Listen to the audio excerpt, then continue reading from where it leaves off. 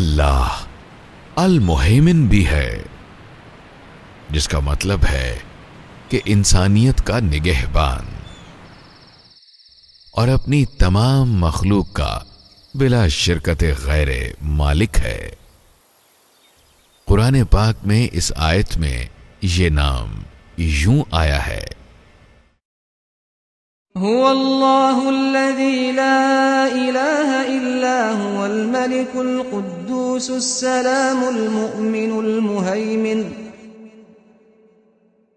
وہ اللہ ہی ہے جس کے سوا کوئی معبود نہیں، وہ بادشاہ ہے نہایت مقدس، سراسر سلامتی، امن دینے والا، نگہبان۔ اللہ اپنی ساری مخلوق کا نگہبان ہے، وہ ہر چیز دیکھتا اور سنتا ہے۔ وہ فرماتا ہے، ليس كمثله شيء وهو السميع البصير۔ کائنات کی کوئی چیز اس کے مشابہ نہیں، وہ سب کچھ سننے اور دیکھنے والا ہے۔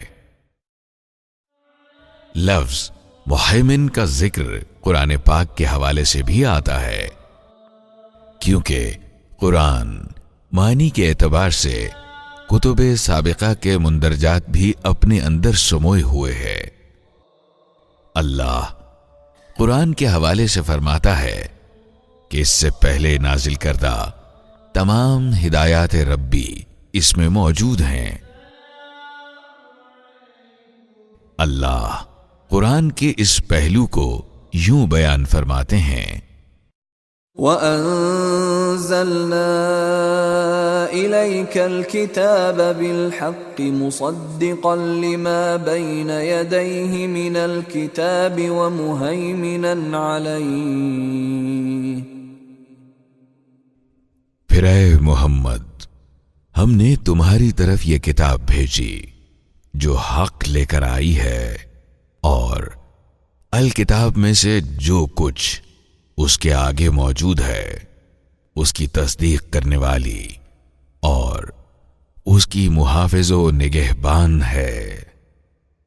اللہ ہم سب کا ہے تو ہی آقا، تو ہے آقا۔ اللہ ہم سب کا ہے تو ہی آقا، تو ہے آقا۔ اللہ ہم سب کا ہے تجھ سے ناتا، تجھ سے ناتا۔